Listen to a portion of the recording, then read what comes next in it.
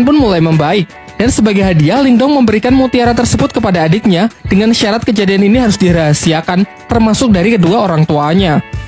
Keesokan harinya, Lingdong kembali memulai latihannya dan berhasil meningkatkan ketahanan tubuhnya.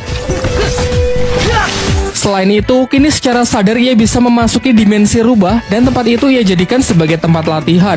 Bayangan dirinya yang waktu itu menyerangnya sekarang bisa ia manfaatkan sebagai sparring dalam latihan bertarungnya.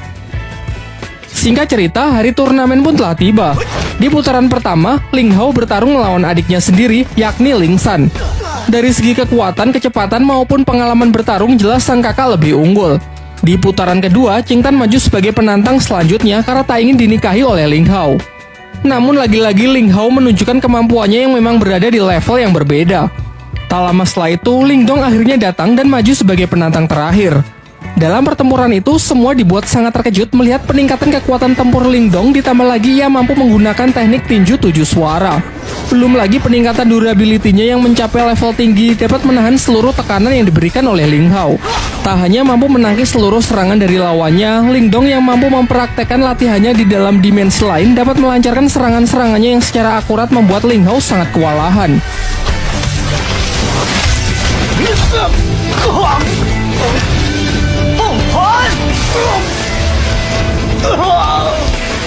Dengan kemenangannya ini, Lingdong lah yang keluar sebagai juara dan dinobatkan sebagai petarung terkuat di generasinya.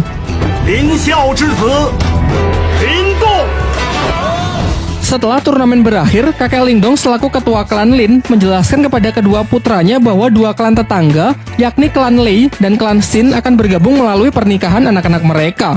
Hal ini lantas membuat kedua klan tersebut kini menjadi beraliansi. Kemudian ia juga memberitahukan mengenai turnamen antar klan berikutnya, yaitu perburuan hewan langka yang masih dirahasiakan. Pembicaraan pun ditutup dengan sang ketua klan yang menyuruh agar anak mereka berlatih lebih keras lagi demi mempersiapkan turnamen selanjutnya.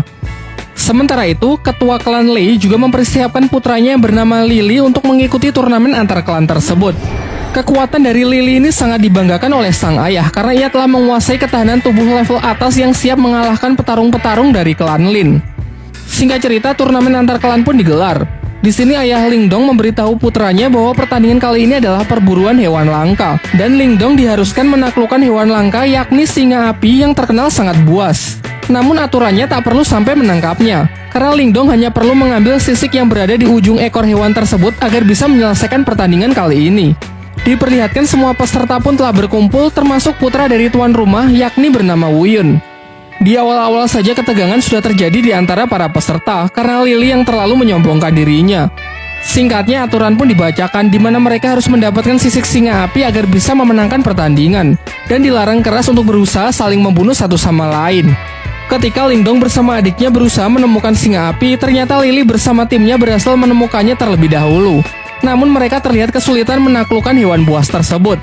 Sementara itu, dari kejauhan, Lingdong hanya mengamati mereka dan menunggu kesempatan yang tepat untuk bertindak. Sampai muncullah dari belakang tim Wu Yun yang menawarkan kerjasama. Wu Yun berencana menyerang si singa api saat hewan itu sudah kehabisan tenaga akibat pertarungannya melawan tim Lily. Merasa hal ini cukup menguntungkan, Lingdong pun sepakat dengan rencananya dan bersedia menjalankan kerjasama tersebut.